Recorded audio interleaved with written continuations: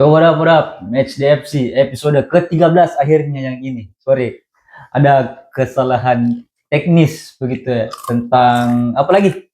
Tentang penulisan episode. Ya, tentang penulisan episode yang sebenarnya harusnya ini adalah episode ke-13 tapi yang kemarin malah ditulis episode ke-13. Sorry. Saya atas nama Aga dan Denny. Apa lagi? Minta maaf atas kesalahan teknis yang dilakukan. Malam guys, masih permulaan. Betul, kita ini masih kurang lah begitu ya. Dan sebagai permulaan bisa lah beberapa sponsor. Wah, ini masuk ini. Mas Ikon. Semua ini juga ini Nescafe. Bisa kali. Oke, kamu mau bahas apa ini, bro? Match apa yang bakal seru? Terutama pasti El Clasico kan kamu bahas? Betul. Oke, apa yang kamu bahas selain El Clasico? Ke El Clasico yang dimana ini adalah match yang membuat Real Madrid dan pendukungnya tertunduk lesu di Camp Nou sekaligus melihat Barcelona mengangkat piala La Liga ke-29-nya. Resmi mengunci gelar ya? Yes, sir. Oke, di Camp Nou Barcelona mengalahkan Real Madrid dengan skor 2-0 lewat gol Marcus Rashford dan Ferran Torres. Wih, beda 9 menit ya golnya? Yes, beda 9 menit. Dan sempat kalau tidak salah ada kulihat di... By the way, golnya Rashford keren sih. Betul. Udah golnya keren. Yes. Gak tahu itu gol kedua dari Barcelona itu pertama itu dari Olmo ke siapa? Sebelum itu dari siapa dulu? Fermin dulu. Fermin terus pas ke Olmo dulu kan? Iya, Olmo. Baru backhill oper ke Ferran Torres. Betul. Courtois nggak no chance sih. Yes. Dan ini juga kulihat sebagai entah kenapa Madrid di 2 musim terakhir sudah 3 pelatih terpecat. Sejak datangnya Hansi Flick. 3 pelatih. Tapi kalau tidak salah, tapi kabarnya untuk musim depan mereka udah siapkan project satu nama dan kembalinya the special one, Jose Mourinho. Yes, the special one is back to Real Madrid. Kemungkinan besar. Ya ini baru kemungkinan besar gitu. Tapi kita bahas dulu match El Clasico yang di mana 2-0. By the way, bagaimana jalannya lagi? Kalau saya lihat dari beberapa highlight dan extended highlight-nya, kayaknya Barcelona main menyerang ya. Iya, betul. Ini untuk khusus di babak pertama Barca itu lebih menyerang, lebih mematikan begitu. Terus ada beberapa juga serangan dari Madrid. Cuma kayak Madrid ini tidak terlalu menggigit caranya begitu. Ada kalau tidak salah di awal-awal babak peluangnya Vini pelan sekali ditepis. Bukan ditepis sih, ditangkap oleh Joan Garcia. Luar biasa. Namun saya kulihat kayak Real Madrid ini juga hancur-hancuran begitu. Kenapa Kak bilang hancur-hancuran gitu? Karena dari segi bukan hanya dari segi di dalam off the pitch juga kan, ya, berpengaruh. Off the pitch-nya juga. Psikologi. Nah, itu psikologi effect kalau dalam sepak bola namanya. Apalagi sudah berkelahi 6 pemain. Dengan siapa lagi tuh kemarin? Valverde dan Tchouaméni, Rudiger dan Carreras. Ya. Oke lah, dan lain sebagainya. Ibaratnya itu juga siapa lagi? Real Madrid ini kayak bikin ada kayak pertandingan UFC di dalam begitu. Sorry jokes gini. Terus yang kulihat juga By the way, untuk tendangan sudutnya Real Madrid banyak ya, termasuk 8 tapi enggak berbuat sebagai gol. Enggak ada. Dan kulihat juga permainannya Madrid terlalu terbaca sih di match ini. Enggak, kalau kulihat juga beberapa itu di beberapa setengah enggak ada yang jadi peluang besar sih. Ya betul. Setengah peluang pun enggak ada. Betul. Cuma satu mungkin saja. Dan tepis kan tadi yang gue bilang. Apalagi di babak kedua sempat ada kayaknya 1 gol dari Bellingham cuma offside gitu. Dan itu juga kayak kulihat riskan sekali Pak. Tapi pemainnya Barca ini sudah notice apanya lagi situasinya Bellingham kosong ini juga begitu, jadi ya dibiarkan Terus untungnya pemainnya Barca tidak turun sebelum bola ke siapa lagi, ke Bellingham. Artinya membuat susunan pertahanan yang rapi, Ya. jadi yang garis lurus kan. Ya, jadi betul. membiarkan Bellingham lewat dengan keadaan offset gitu. Nah, dan saya juga kulihat di match ini. By the way, tendangan ke arah ke gawangnya Barcelona tinggi sih. Betul. Apalagi expected goalnya 1,01. Ya untuk sekelas Clasico ini decent lah. Nah, dan kau tahu di babak kedua Madrid kayak ada 2 total tendangan tapi tidak ada yang berbuah shot on target. Tidak ada yang kayak mengancam betul-betul pertahanannya Barcelona. Iya. Artinya di sini Real Madrid datang dengan kurang persiapan dan Barcelona bermain dengan persiapan. Yes. Dan yang kulihat bertukar habit gitu. Ya, apalagi kalau ada nonton match El Clasico pertama, ada satu pemain yang mungkin menurut kau sebagai fans Barcelona yang menjengkelkan begitu lah perkataannya di sosmed. Oke. Siapa itu? Bellingham. Apa dia bilang di mana lagi? Di IG-nya. Talk is cheap. Ada talk is cheap. Dan siapa yang menang di akhir begitu ya. Kau lihat akhirnya. 3 Kalau menurut saya itu kayaknya siapa? Kayak hanya membumbui sebuah rivalitas saja. Nah, tapi di bulan Oktober juga selebrasinya Madrid ketika lawan Barcelona itu terlalu berlebihan menurutku. Kenapa gak bilang terlalu berlebihan? Gini ya, ini baru 10 match. Waktu itu ini baru 10 match. Dan sayangnya terlalu cepat nih fans Madrid merayakan itu begitu.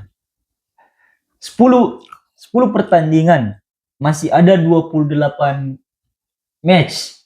Dan kau tahu apa yang dibilang Rashford akhir di sosmednya? It's not ini liga, it's marathon, not sprint. Nah, di situ kayak aku bilang this league is marathon, not sprint. Okay. Nah, di situ kayak dibalik kok. Dan ada kalau tidak salah di di IG-nya Rashford ada satu akun bilang live kick off, kalau tidak salah saya itu live kick off. Ini dia bilang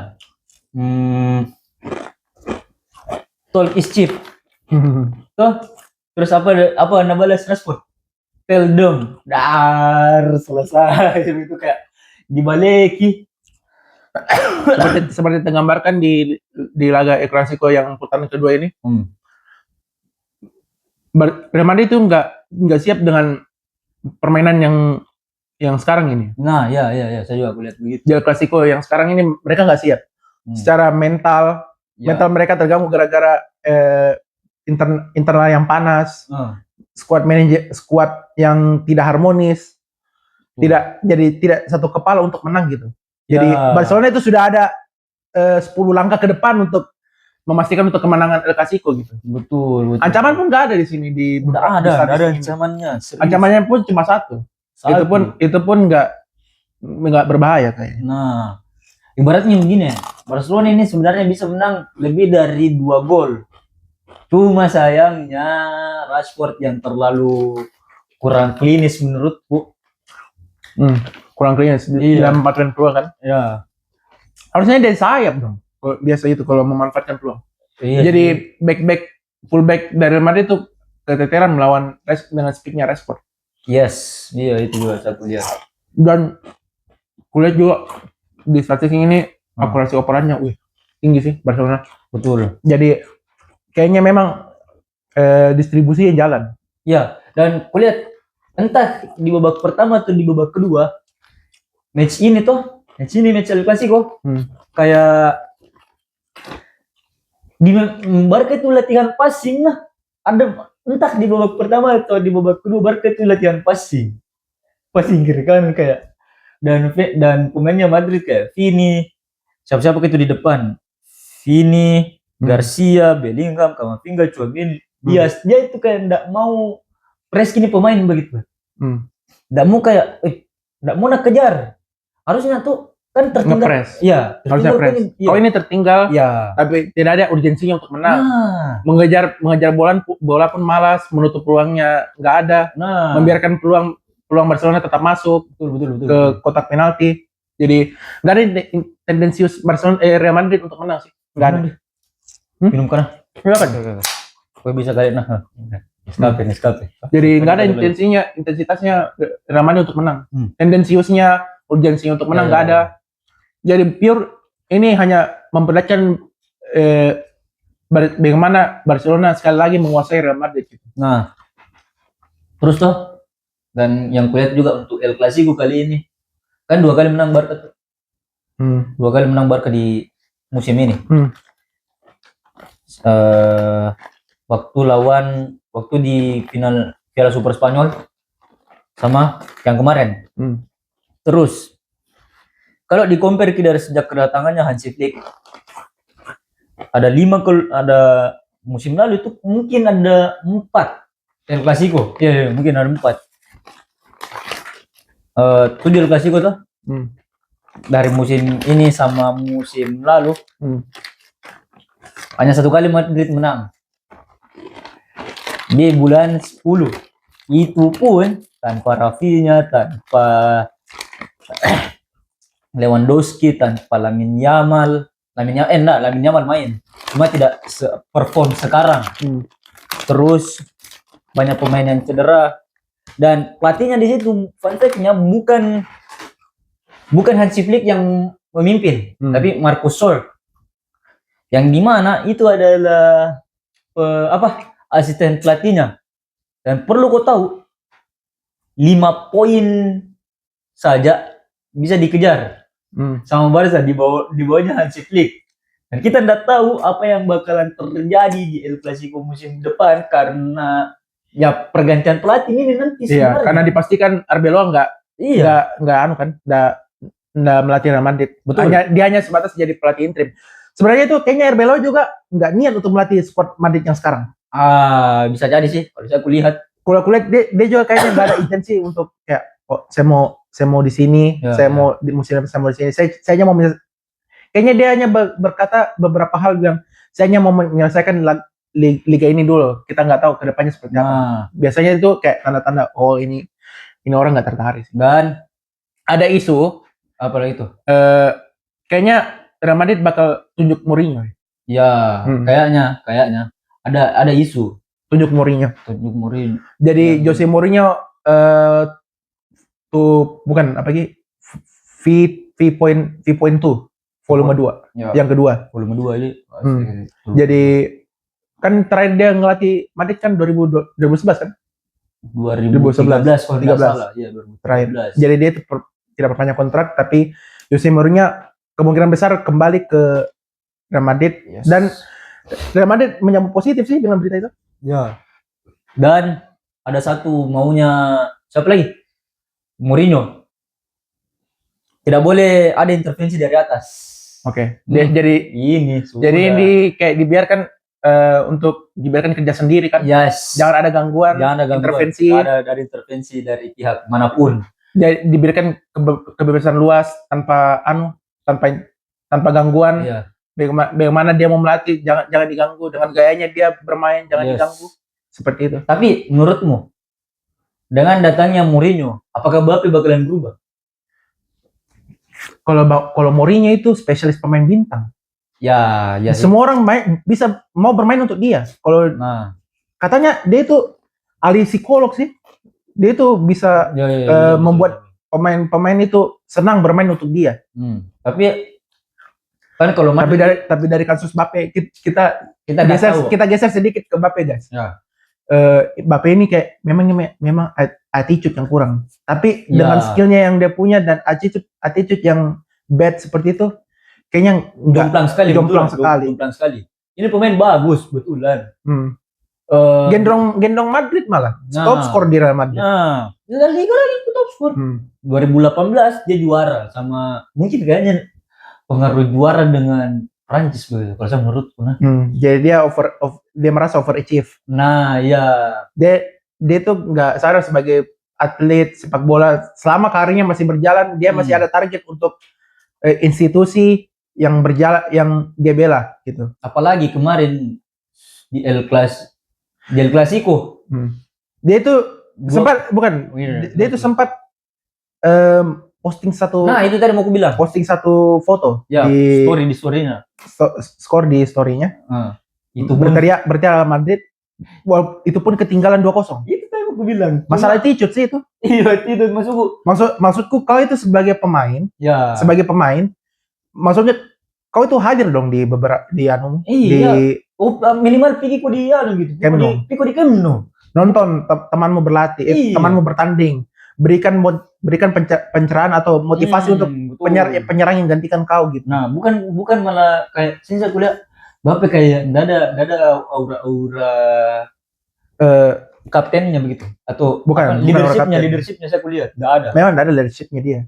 Hanya dia itu memang enggak ada etikat baik. Dia itu enggak ada etikat baik untuk bermain untuk tim. Dia bermain kayaknya untuk nama memang. Iya sih kalau saya kulihat. Never play front of the shirt. Betul. Buat back saja. Jangan. Buat nama saja. Jangan. Arsenal banyak isu juga dia tuh bakal dikeluarkan. Banyak fans Real Madrid enggak puas dengan dia. Banyak juga enggak petisi mengeluarkan Mbappe loh. Nah, kalau kau menurutmu? Dan lanjut. Dan petisi itu sudah ditandatangani 40 juta orang. Nice. Wih. Banyak sih itu. Gile itu, Pak. Bahkan kalau sebanyak itu dilawan dengan klub itu kayaknya nggak bisa. Nggak bisa.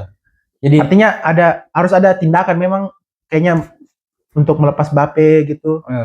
Dan kabarnya dia itu kalau dia akan ke Liga Inggris sih, tapi unknown gitu. Kalau memang belum ada tahu sih. Jadi masih abu-abu lah gitu. Jadi menurutmu di musim depan seumpama Mourinho masuk, menurutmu bakalan digeser gini Mbappe atau tidak? Digeser dalam artian begini. Mungkin ini anak pemain dicadangkan dulu atau langsung dijual. Firasatku masih dipakai. Masih. Terlalu naif lah untuk Real Madrid melepas Mbappe begitu saja. Ya. Untuk penyerang sekelas dia, oke lah, mungkin bisa dicoba dulu untuk musim depan. Apakah dia berubah di tangan Mourinho gitu? Kalau memang Mourinho jadi pelatih. Tapi kabarnya memang kencang sih Mourinho ke Real Madrid. Ya kencang, karena ada rumornya. Karena ada kemarin kalau tidak salah rumornya, bukan kemarin, tadi subuh. Setelah siapa lagi tadi? Setelah presidennya,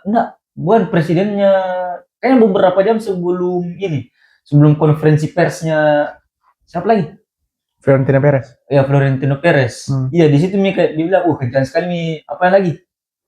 Tanda-tandanya Mourinho. Iya, tanda-tandanya Mourinho. Bahkan Mourinho yang bakalan mau ke mana lagi? Ke Real Madrid. Tapi ya we never know lah siapa yang bakalan jadi pelatihnya Madrid.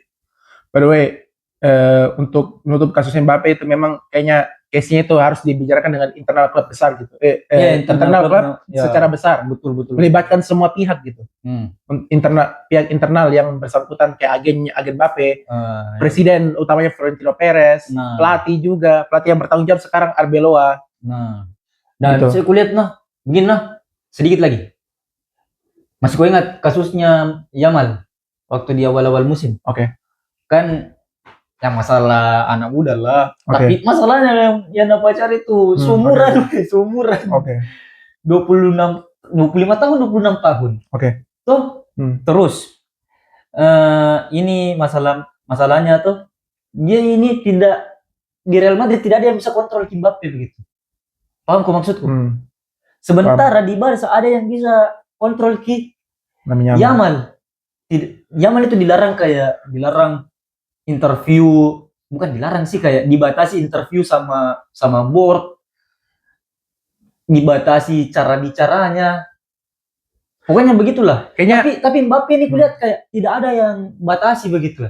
Kayaknya Barcelona itu menganut kayak menjaga moralitas pemain sih. Betul. Beda dengan Real Madrid. Real Madrid ini similar dengan Manchester United. Dia itu kayak nggak ada badan pengawas untuk pemain-pemainnya gitu. Berbuat semaunya, komen di sosial media yang semaunya juga. Jadi nggak ada badan kayak gitu. Di Arsenal itu ketat sekali untuk kayak berhedon-hedon, bergaya hedon. Ya, kecuali kalau di zamannya siapa lagi? Sir Alex. Sir Alex. Itu mungkin enggak. Nggak mungkin enggak sih. terpakai. Yakin pemain kayak Iya. Mbappe dilatih sama Sir Alex nggak terpakai. Iya itu mungkin juga bisa jadi seperti itu. Oke. Dan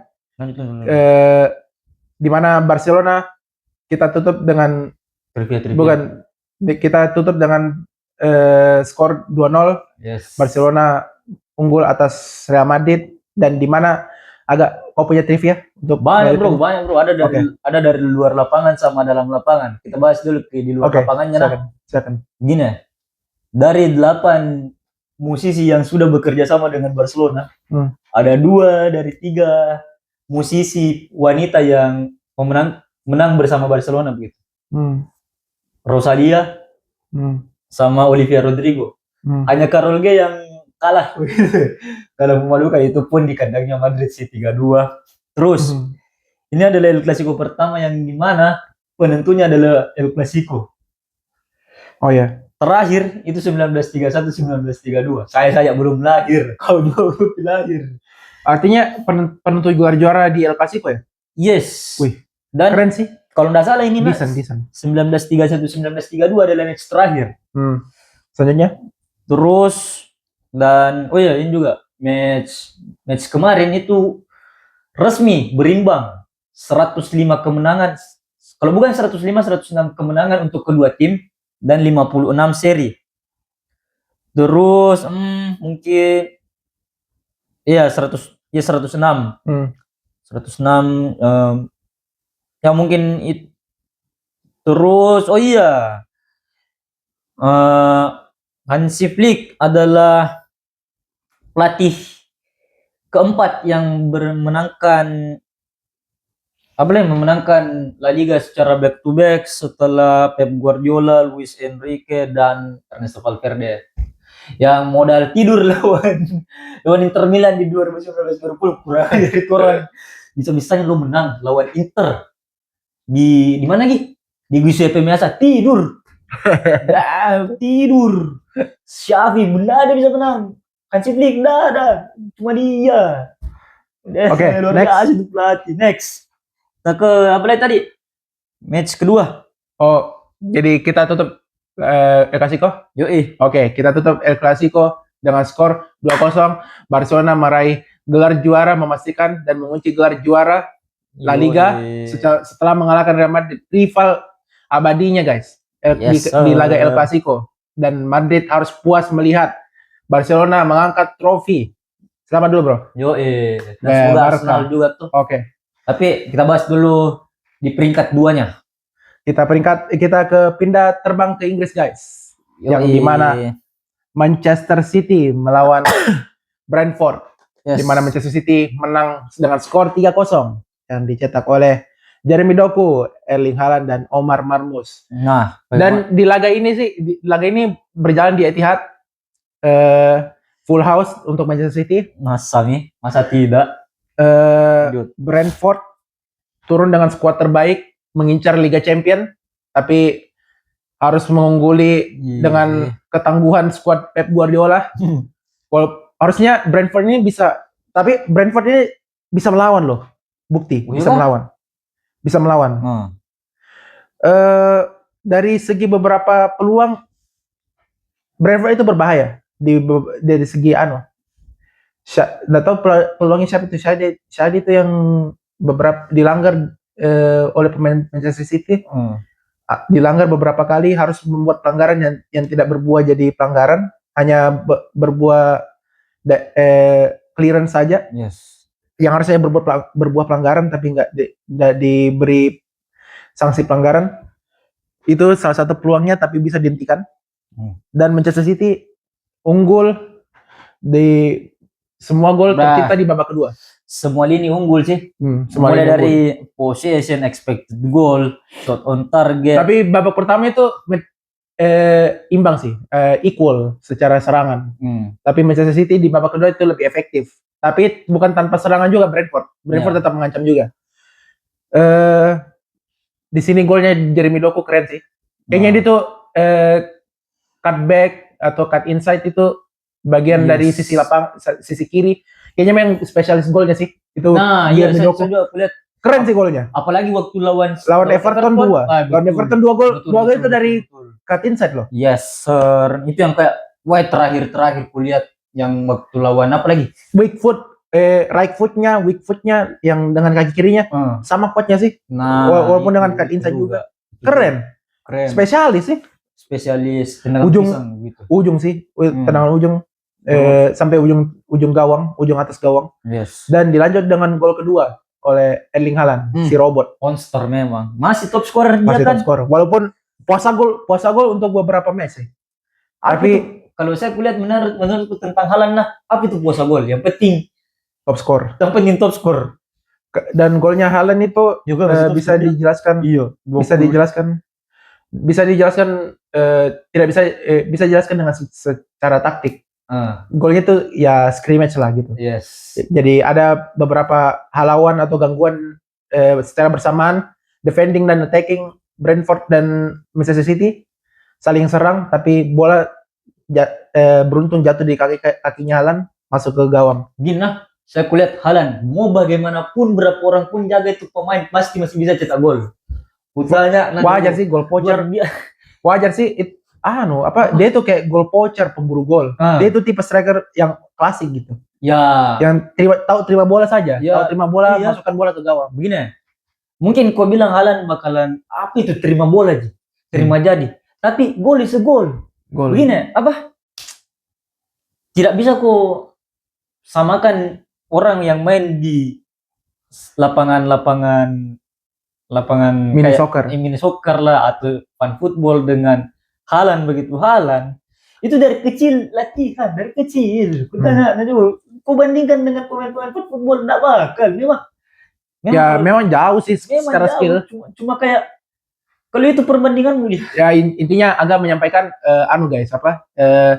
beberapa nyinyiran dari fans IPL itu yang dia bilang puasa gol, cetak gol itu nggak mudah untuk di liga sekeras IPL guys. Iya. Memang apalagi Erling Haaland itu yang jaminan gol depan kalau udah dalam box masih bisa kesulitan cetak gol. Masih bisa. Dan gini, dia Haaland masih manusia. Haaland masih manusia. bukan robot, bukan AI, bukan teknologi, bukan. Haaland masih manusia. Tapi kita sebut dia robot untuk menggambarkan bagusnya dia gitu. Metafora itu. Oke, dilanjutkan dengan gol ketiga Manchester City di mana Omar Marmoush menutup kill the game. Yes. Menutup pesta gol dari Manchester City. Dari umpan Erling Haaland. Sekali sih. Ini baru kulihat ini permainan lengkap Haaland ini bagus loh. Nah, biasanya dia itu kan dia oportunis gitu. Yes. Biasanya dia yang shoot. Iya. Dia ini kayak di sini di game ini distribusinya bagus lah. Saya kulihat jarang itu kulihat Haaland mau umpan. Oke, betul memang. Biasanya dia yang shoot. Iya, betul. Jadi seperti yang aku bilang, distribusi Haaland di sini di game ini bagus. Yes. Link up play ya bagus. Jadi ya dengan kemenangan ini Manchester City memberi pressure besar ke Arsenal. Yes. Dan memberikan pressure besar. Sempat beda berapa poin itu? Beda 2. Beda 2. Sebelumnya sempat beda 2 poin, tapi sebentar Arsenal itu tetap dibahas. Tenang. Ya, ada sisi tersendiri. Dibahaskan juga, jangan kau takut. Tenang. Oke, memberi pressure besar ke Arsenal. Yes. Sempat memberi pressure besar.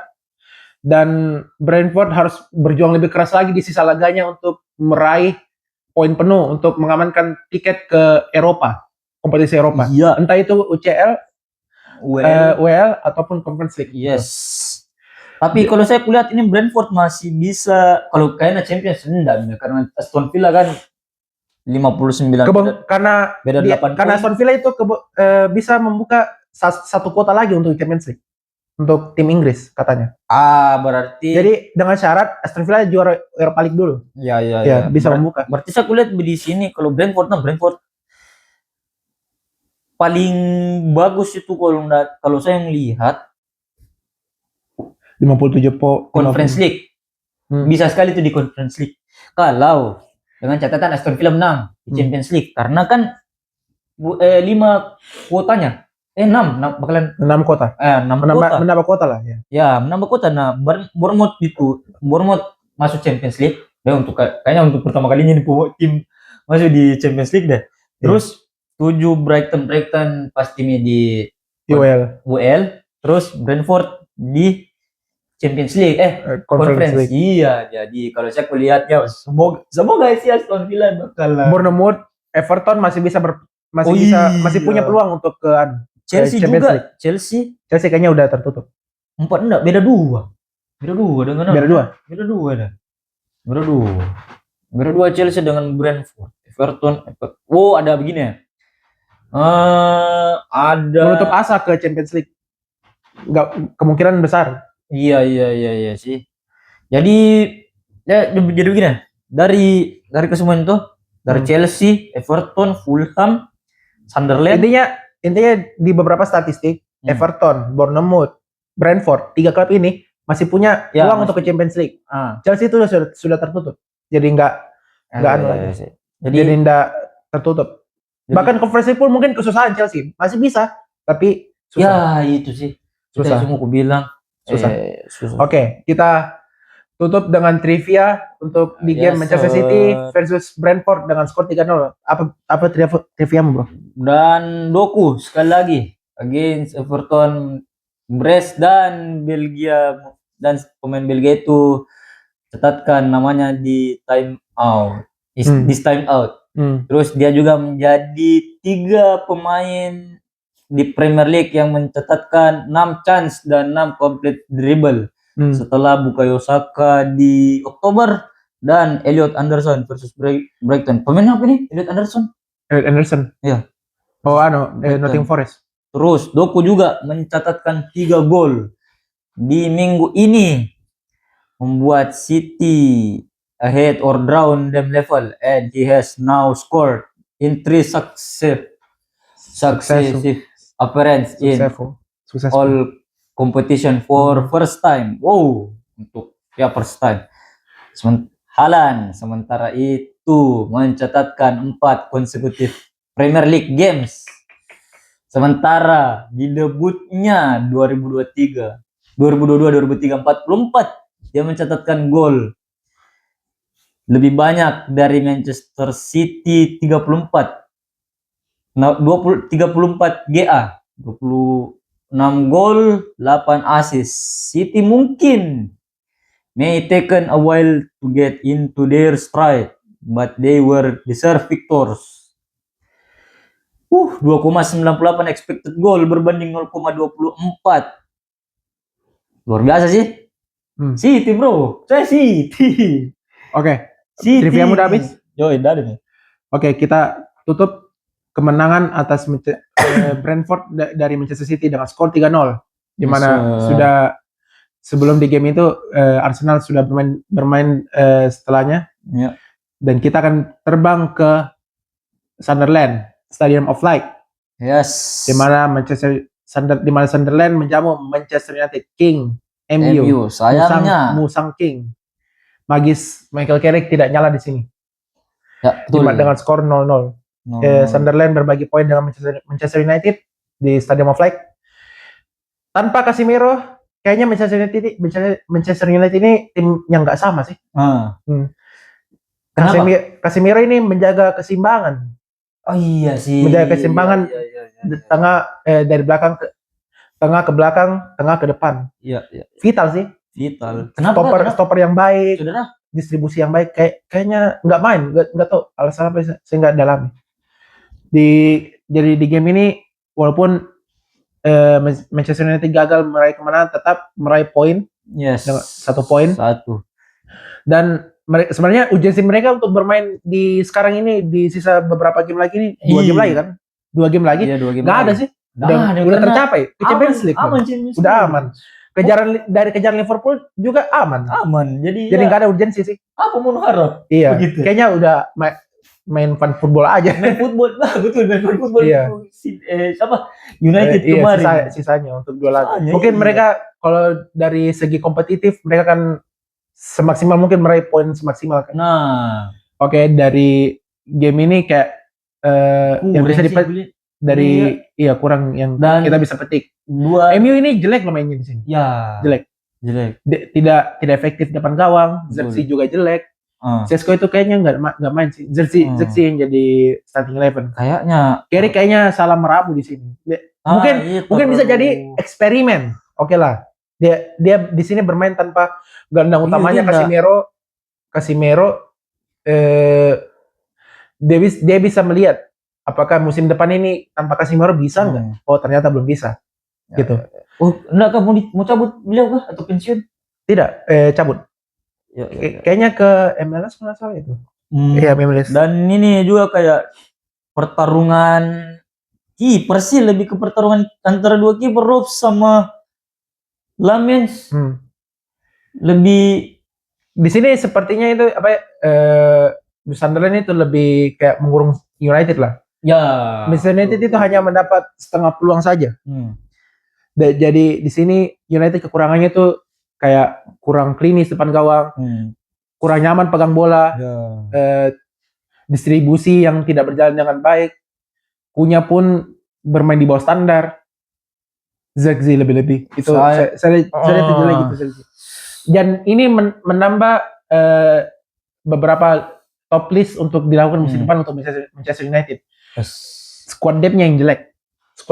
Betul. Begini, ada satu pemain yang kusoroti kenapa ini pemain tidak masuk di dalam DSP dan semua pemain yang Sesko, kenapa kau nggak kasih main? Oke. Pertanyaanku kenapa? Ini pemain clutch. Harusnya kau ganti siapa lagi? Zirkzee. Harusnya di situ yang main Sesko. Atau entah Sesko cedera atau bagaimana? Karena kalau waktu lawan Liverpool kan dia ditarik lebih awal. Mungkin ya cedera lah. Oke lah, kalau misalnya. Tapi kalau dari segi alasan taktik mungkin saya bisa terima sih.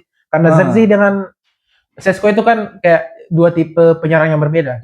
Zirkzee itu lebih distribusi dan fisikal. Sesko hanya aerial duel, goal poacher, fox in the box. Dia hanya bisa bermain dengan taktikal saja. Betul. Tanpa bermain fisikal gitu. Jadi karena Sunderland ini kan tim fisikal, mengandalkan otot, bermain direct football yang cepat dengan fisikal yang kuat.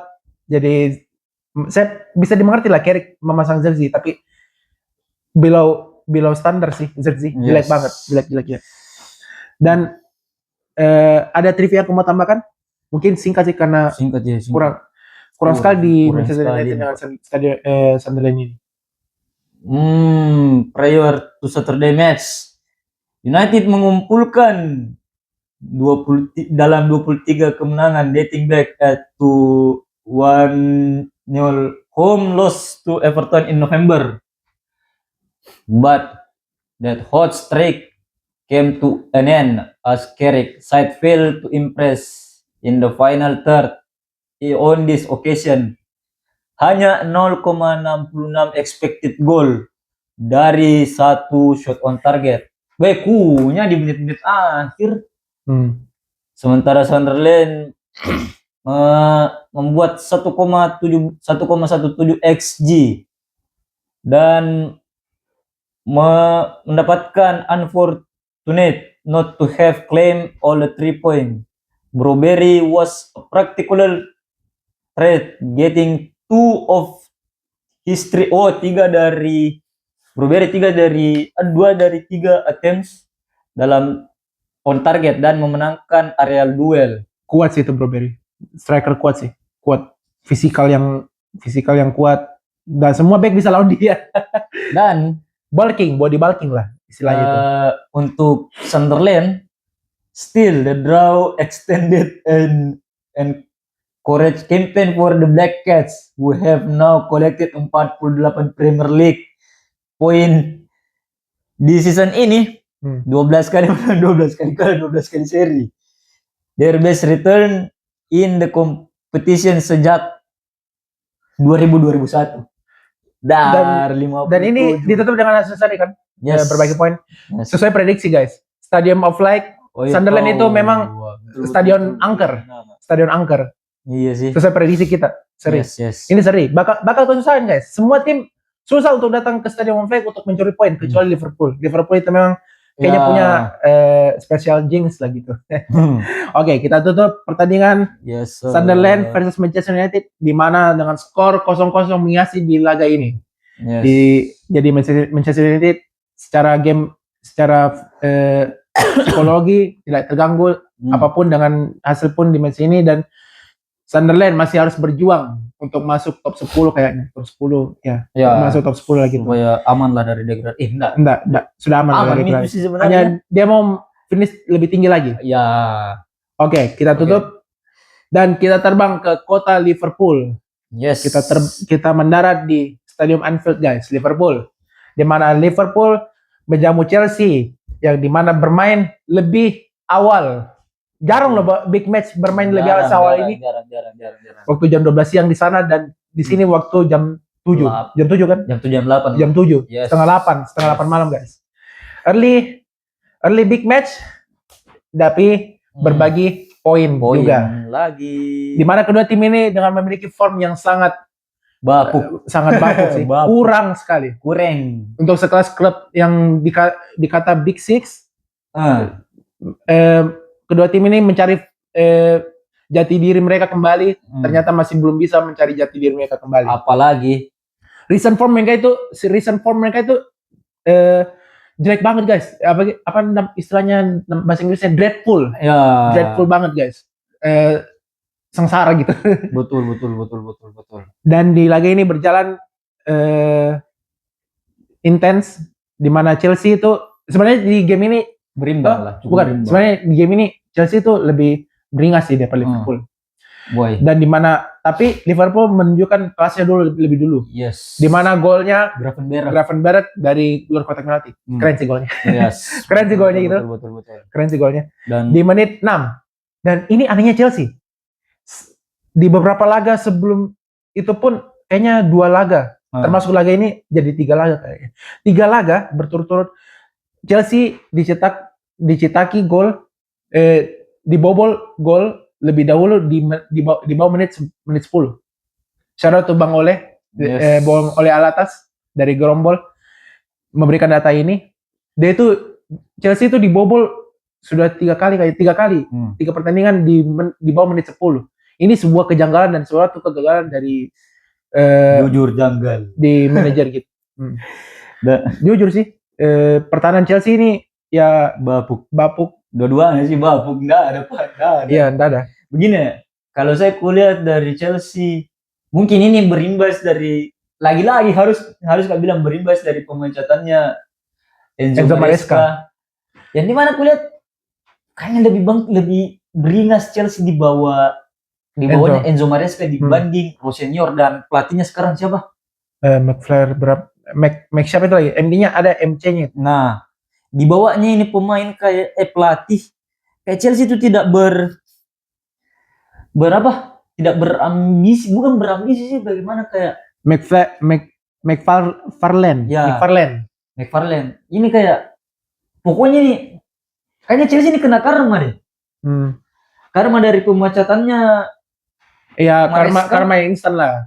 Instan karma. Terus yang Enzo Maresca itu udah tahu udah tahu apa yang harus dilakukan di Chelsea. Nah, dia itu pemecatannya tuh enggak unexpected. Ya, iya, saya juga kaget, Pak. Di awal tahun. Iya. Bilang kayak, kenapa? Padahal secara taktik bagus sih. Karena sekali lagi saya on point dari satu match Arsenal versus Chelsea. Iya. Masih ingat waktu Chelsea harus 10 orang, satu sama. Masih bisa menyerang. Saya saja bilang, wah, bahaya Chelsea biar 10 orang bisa menyerang loh. Sama itu kan kalau enggak salah. Satu sama. Iya. Hampir kalah loh, guys. Saya kayak, menyerang satu sama. Iya. Kaget. Barca 3-0. Oh, lihat apa itu kah? Bluko. Kayaknya memang semua, apalagi fansnya Chelsea di Inggris berteriak untuk Bluko out begitu ya. Dan katanya nanti ada satu protes, satu gerakan waktu nanti kalau misalnya melawan Manchester City di Wembley final FA Cup. Yes. Menit 22 kalau nggak salah. Mereka akan melakukan protes secara gamblang dan bersamaan untuk mengarah ke board Chelsea gitu. We want Chelsea back. Salah satu poin protesnya gitu. Tapi menurutmu kalau kan fansnya Chelsea menuntut Bluko untuk out, apakah kayaknya bakalan susah kembali siapa lagi? Roman Abramovich. Bakal sulit sih. Karena era Abramovich itu langka, udah susah banget dikasih kembali. Mungkin kalau dapat uang kaget, kalau Chelsea seketika dapat uang kaget mungkin bisa. Karena Inggris sama Ukraina lagi berseteru lah. Jadi di laga ini Liverpool versus Chelsea bermain imbang setelah gol Gravenberch dan dibalas oleh gol dari Enzo Fernandez. Yes. Dan itu golnya kayak sistematis dari gol mati sih. Gol free kick. Siapa? Gol mati. Golnya. Oh iya. Tapi sebenarnya itu golnya tahu siapa lagi nih? Enzo. Golnya Enzo itu. Ya. Karena enggak kena siapa gitu? Fofana enggak kena. Enggak kena itu. Karena kalau lihat replaynya tipis ki tendangannya siapa lagi? Fofana ke By the way itu golnya Enzo Fernandez yang dianulir dari untuk Fofana kan. Itu pertahanan Liverpool kok bisa gitu ya? Lewat loh bolanya itu. Lewat. Dengan santainya tuh bola masuk di boxnya tanpa ada pengawalan. Nah, dan ini bukti defender kedua tim ini nggak stabil sama sekali. Betul. Tengahnya pun nggak stabil sama sekali. Depannya juga sebenarnya nggak stabil sih. Ya, ini dua tim ini mirip. Ya, mirip sekali. Satu sama-sama lagi juara, tapi bedanya di posisi. Ya, posisi klasemen. Tapi dari statistik memang di game ini Chelsea lebih unggul, guys. Tembakan ke gawang 4, yang di save 5. Otomatis itu pun hanya berbuah 1 gol saja untuk Chelsea gitu. Yes. Jadi ya begitulah. Ya berimbang lah match ini, tapi berimbang tapi Chelsea ada ancaman lebih lah gitu. Kita menuju trivia, guys. 14 shots dari Liverpool with Liverpool attempting 8 dan Chelsea sorry. 14 shots, 8 untuk Liverpool dan 6 untuk Chelsea. Sementara expected goalnya lumayan sedikit, 0,51 dan 0,47. The only Premier League game to feature fewer shots. Wow. Lebih kurang sih sebenarnya. 14 shots. Sedikit lebih banyak dari apalagi istilahnya kalau Sunderland versus Newcastle United, nama derbynya. Sunderland versus Newcastle. Iya. Namanya Tyrant Derby kalau misalnya. Ya, Tyrant Derby. Dengan hanya 11 shots. Ngumoha assist for Gravenberch was the goal ke-55. Gol ke-55 either score or assist by teenager in the Premier League in this season, the most in campaigns since sejak 2006-2007, 58. Wow. But Liverpool were pegged back and have now dropped 9 poin dari posisi Anfield di season ini. Lebih banyak 14 di 15-16. Luar biasa. Untuk sekelas Liverpool ini kurang memuaskan sih. Yes, Chelsea avoid matching the longest losing run in their league history. Wow, 7. Kehancuran yang destruktif sih. Kehancuran yang sistematis. Yes, but their 7 game winless streak in the Premier League. Keegoisan dari Bluko. D1 L6 is still their longest. Iya, kehancuran yang sistematis di Mei 2023. Bluko yang bertanggung jawab atas semua ini. Bluko. Kehancuran yang sistematis sekali untuk Chelsea. Yes. Oke, kita tutup pertandingan big match ini, early big match antara Liverpool versus Chelsea, yang dimana skornya itu 1-1, yang dicetak Liverpool yang dicetak oleh Gravenberch dan ditutup gol oleh Enzo Fernandez. Yes, 1-1 dengan skor 1-1. Dan kita terbang ke London Stadium, klub The Hammers. Kandang dari The Hammers, West Ham United, menjamu pemuncak klasemen Liga Inggris, Arsenal. Dan di mana laga ini berjalan sebenarnya cukup intens, jual beli serangan. Gile. Dan cuma tercipta 1 gol, yang dimana skornya itu cuma 1-0 untuk Arsenal, guys. Arsenal cuma dibiarkan cetak 1 gol saja lewat gol Leandro Trossard dan dari umpan dari Martin Odegaard sebagai substitution. Ngeri. Oke. Dari match ini yang saya tangkap, sebentar kita bahas kontroversinya dulu. Lanjut. Kita bahas dulu jalannya pertandingan sedikit saja. Di game ini Arsenal kayak dibuat kesusahan untuk masuk dari park the busnya West Ham United yang mengincar counter attack saja. Yes. Declan Rice pun di beberapa interview dia bilang kau membutuhkan 90 menit untuk membongkar pertahanan tim yang bermain seperti park the bus seperti ini. Butuh waktu 90 menit untuk membongkarnya. Menurutku bukan bus na parkir itu, pesawat.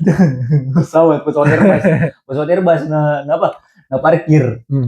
By the way, West Ham juga bermain oke sih. Yes. Bermain dengan fisikal, di combine dengan bermain link up play yang bagus. Apalagi serangan baliknya berbahaya. Iya, berbahaya sekali. Berbahaya sekali. Yes. Percayalah. West Ham itu pun kayaknya Arsenal dapat 3 poin di sini beruntung banget. Beruntung sekali. Beberapa peluang di match ini lebih berbahaya West Ham semua sih, guys. Jadi Arsenal itu hanya mendapat setengah peluang saja di luar dari golnya, cuma 1 gol.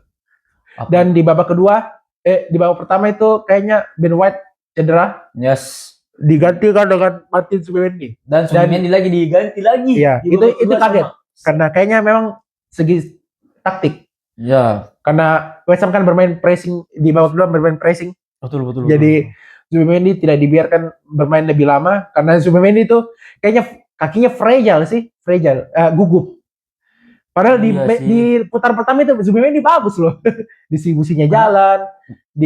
Pas di putaran kedua Zubimendi kebanyakan bermain back pass, visinya nggak jalan lagi, kebanyakan memberi blunder ke lawan yang tidak perlu gitu.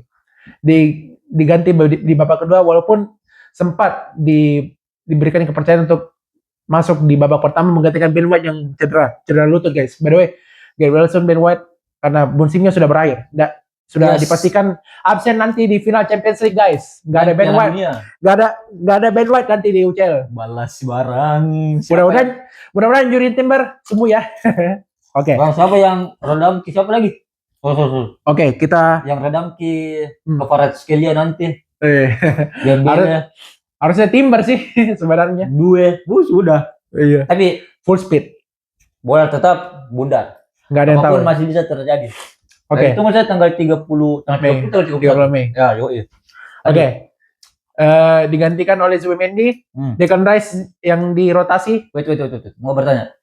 Kenapa fans-fansnya Arsenal kayak gak suka sama Zubimendi? Gak suka? Iya. Saya suka. Enggak, benar. Ada beberapa kayak bukan kreator sih, kayak fans-fansnya Arsenal kayak gak suka dengan Zubimendi karena kaki kacanya atau bagaimana. Enggak pernah dicedera dia. Dia hanya fragile. Gugup. Oh, distribusinya padahal musim pertama itu putaran pertama itu bagus loh dia. Ya. Sering jadi pilihan pertama. Tapi masuk putaran kedua Zubimendi itu kayak fragile sih. Kakinya itu gugup, kayaknya kurang di La Liga, kayaknya dia kurang mendapatkan pressure. Beda di Liga Inggris. Arsenal kan di puncak sudah beberapa hari. Ya.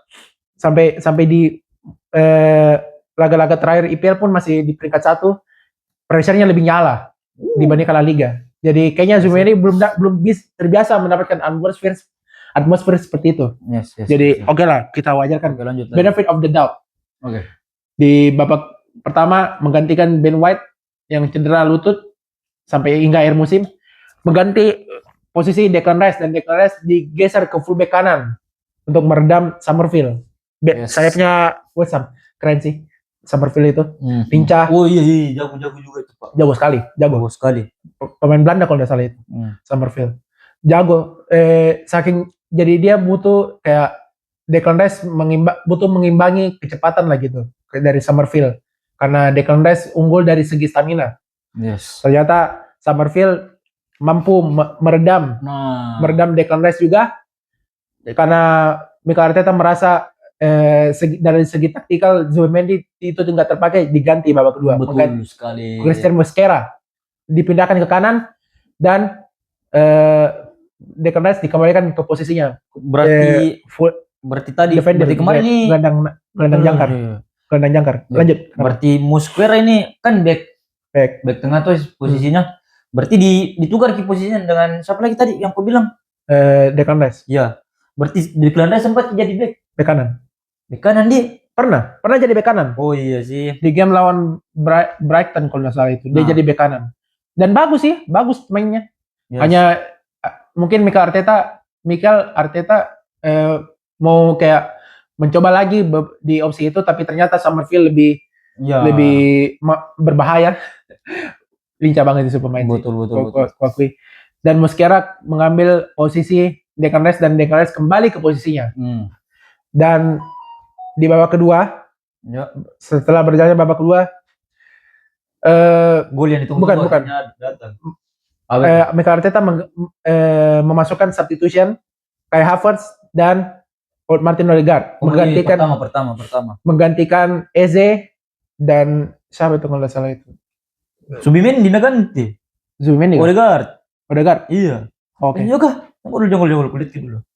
Jarang mulai lagi. Dan Martin Odegaard dan Kai Havertz masuk menggantikan Eze dan siapa itu kalau nggak salah. Intinya lupa guys. Siapa tadi? Christian Musti. Cocok nih, Martin Odegaard gantikan Eze, terus Kai Havertz gantikan Zubimendi.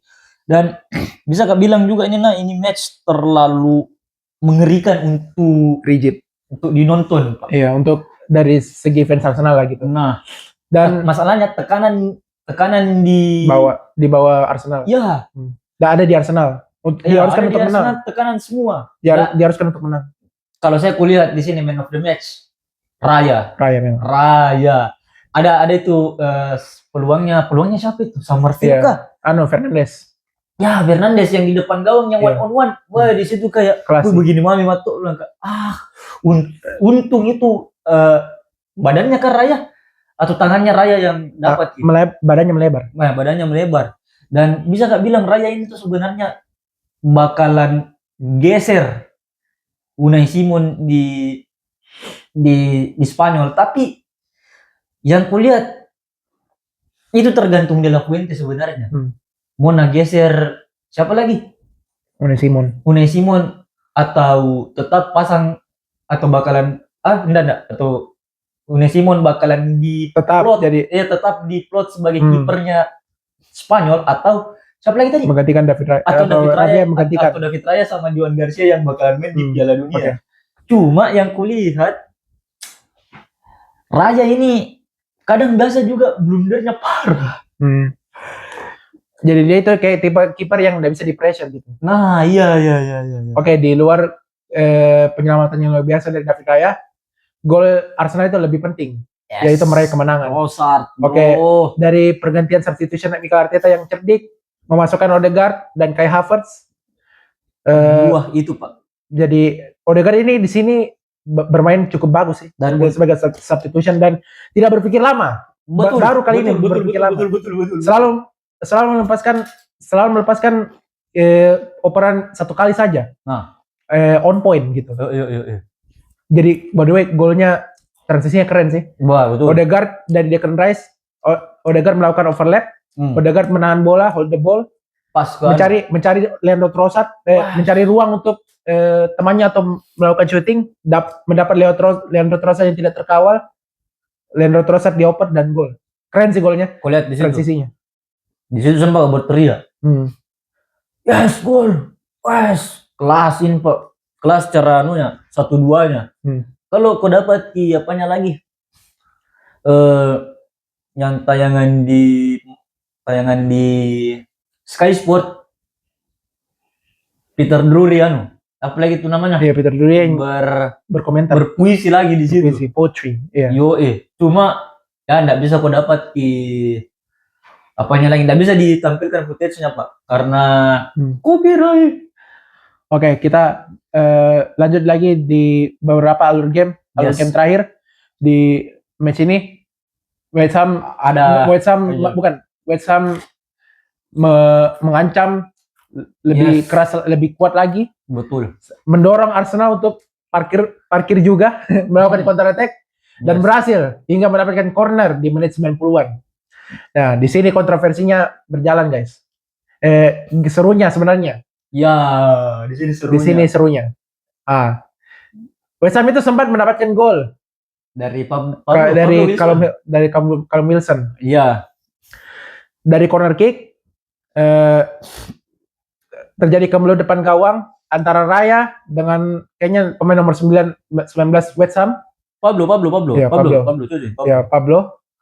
Dan di situ bolanya termuntah dari situasi itu dan kalau bisa mendapatkan bola dan masuk ke gawang, persis masuk.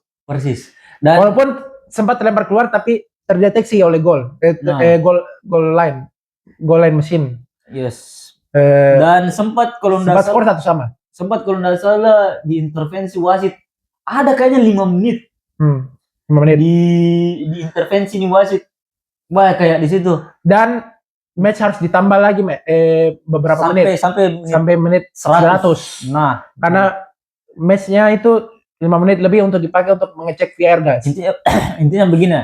Beda itu sekarang aturan sepak bola begitu.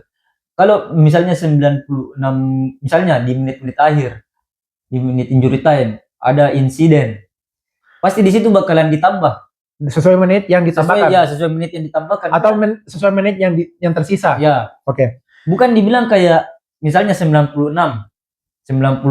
apa lagi menit 96 ditiup tidak harus ditambah. Seperti itu harus ditambah karena sesuai menit yang hilang. Oke, kita bahas dari segi kontroversinya. Dan ini menurutku memang pure pelanggaran. Saya juga pelanggaran sih sebenarnya. Pure pelanggaran. Betul. Banyak yang bilang berekspektasi dan berkomentar, oh ini Arsenal mencetak gol ini selalu. Enggak sih. Kalau saya ini pure pelanggaran karena unsur pelanggarannya itu ada. Iya. Tangan ditarik. Betul. Apa istilahnya ini dicekek. Iya. Dari leher. Kayaknya nggak tahu. Mungkin nomor 19 kalau nggak salah. Pablo. Ada, pokoknya ada tuh Raya insidennya tuh dicekek juga waktu di golnya itu. Dan ada kebetulan ada 2 insiden di sini, guys. Ya. Saya sebagai fans Arsenal harus objektif juga. Declan Rice menahan Mavropanos. Nah, harus menurutmu ada 2 kejadian di sini, ada 2. Tapi yang di review itu cuma pelanggarannya Raya. Nah, karena pelanggaran Declan Rice ini nggak terhitung pelanggaran juga, cuma bukan pelanggaran utama, ya. Jadi di hold saja, ditahan. Nah, yang di review cuma pelanggarannya Raya. Ya. Dan itu memang pure pelanggaran dari sisi objektif. Saya kalau mau bilang karena aku nonton gini match, menurut ini pelanggaran, Pak. Karena tangannya Raya dipegang begini, tangan kirinya tangan kanannya. Tangan kanannya dipegang begini sama kan Raya mau ibaratnya kayak mau nangkap bola di sini. Terus ini Pablo mau tahan tangannya begini. Jadi begini, bagaimana kan kalau begitu itu kan bolanya gawang begitu, bolanya penjaga gawang. Tidak bisa dibilang kayak tidak bisa area kotak kecil itu punyanya kiper. Tidak bisa ku ganggu gugat ini area begitu. Walaupun sebenarnya Arsenal juga biasa begitu. Biasa seperti itu. Iya. Arsenal itu sekarang informasi, guys. Arsenal itu cuma nahan orangnya saja. Nggak pernah tahan bodinya. Yes. Paham. Jadi Arsenal itu cuma mendorong. Bukan. Arsenal cuma bertarung lewat body challenge. Ya, itu tidak juga pernah mengganggu organ utama untuk bermain sepak bola aja, guys. Kaki, tangan nggak pernah. Cuma hold badannya saja. Jadi di sini pure lawan harus lebih kuat daripada Arsenal. Nah, Tapi beberapa seperti Bang Arif bilang, Arif Tamrin, shout out sekali guys. Pemain-pemain Arsenal itu semua apa namanya? Semua pemain-pemain Arsenal itu body atlet semua, atletis. Nah, jadi semua body sempurna gitu untuk jadi atlet. Jadi wajar di kotak penalti itu Arsenal kuat semua. Nah, apalagi kalau nggak salah ini Arsenal ini sejak dilatih sama Mikel Arteta banyak terobosannya. Barunya. Pernah kalau nggak salah masih ada tuh Bang Giri Artino sempat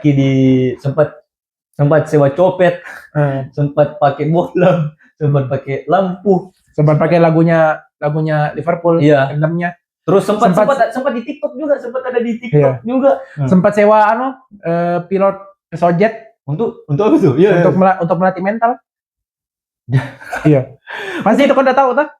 Pernah suruh datang pengemudi pesawat jet, pilot pesawat jet. Begini, mungkin kau bilang itu cringe, tapi inovasi itu begitu. Iya sih, inovasi. Yang nggak bilang Bang Jerry Arvino di mana lagi? Di podcastnya Bang Kewan Palevi. Menurut tuh inovasi itu, Pak. Shout out ya, shout out.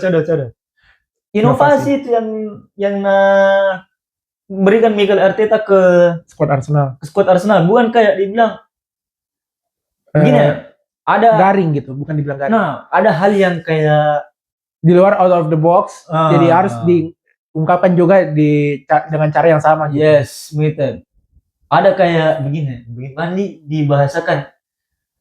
Ada hal yang bisa dipakai dalam sepak bola begitu di luar lapangan. Iya. Banyak sekali. Banyak perumpamaan gitu. Nah, banyak perumpamaan yang bisa kau masukkan di elemen sepak bola. Ya, di dalam sebuah klub gitu, sebuah institusi sepak bola. Nah, dan di game ini selain dari di luar kontroversi itu udah nggak ada lagi guys. Ditutup dengan kemenangan Arsenal dengan skor 1-0 lewat gol tunggal Leandro Trossard. Yes. Dan ini dari sisi psikologi memantapkan Arsenal. Sementara ini per detik ini, memantapkan Arsenal dengan poin selisih beberapa poin dari Manchester City, intinya jauh. Iya. 5 poin ya kalau saya. Benar 5 poin sekarang. 5 poin. Beda 5 poin dari Manchester City, guys. Beda 5 poin. Tapi itu tadi City itu masih ada sisa satu laga di pekan 31 yang tertunda lawan Palace. Sebentar. Tapi bagaimana menurutmu ini? Tipis-tipis saja. Kalau saya match ini bentar. Tanggal berapa? Tanggal berapa nih kah? Tanggal 13, tanggal 14. Sebentar subuh. Setengah jam 3. Tanggal 14 Mei 2026 Manchester City lawan Crystal Palace ya. Mungkin Manchester City. Manchester City kau? Saya kalau tidak salah ini imbang salah itu. Kalau saya Manchester City. Realistis saja. Iya. Oke deh. Dan semakin menambah pressure untuk Arsenal. Yes. Dan kita tutup pertandingan dari Arsenal versus West Ham United dengan skor 1-0 dengan trivia apa trivia bro? It was fractious. It was nervy, but Arsenal found a road to victory. Mendapatkan jalan menuju kemenangan dan mereka bisa membawa title Invincible, title terakhir sejak era Invincible di 2003-2004. Wow, 22 tahun. Terus Trossard yang mencatatkan namanya di papan skor di menit 82 adalah Arsenal led goal in 1-0 Premier League sejak November 2023 ketika Kai Havertz mencatatkan gol menit 89. Dan of course there was more drama to come in stoppage time. Tadi Pablo yang melanggar raya adalah ke-13. Free kick ke-13 Arsenal yang dimenangkan di Premier League. Hanya with only Emiliano Martinez winning more among goalkeepers. Berarti Martinez di atas, terus Raya di bawah. The only scoreline to happen more frequently in the Premier League this season than Arsenal winning 1-0 7 times is Manchester City winning 3-0 against 8 times 8 kali. West Ham sementara itu have lost back-to-back Premier League games so far. The first time since suffering defeat in their first 2 outing this year. It ends a streak of 6 league unbeaten at home. Menang 3 kali, seri 3 kali. Their joint loss run in the top 5 at London Stadium.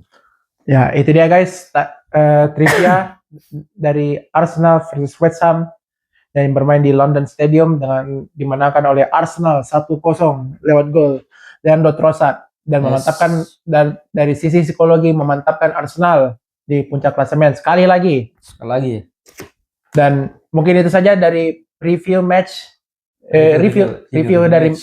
dari kami. Yes sir. Denny dari One Love Arsenal ID. Agak pamit undur diri. Assalamualaikum warahmatullahi wabarakatuh. Ciao. Gaskan Broto.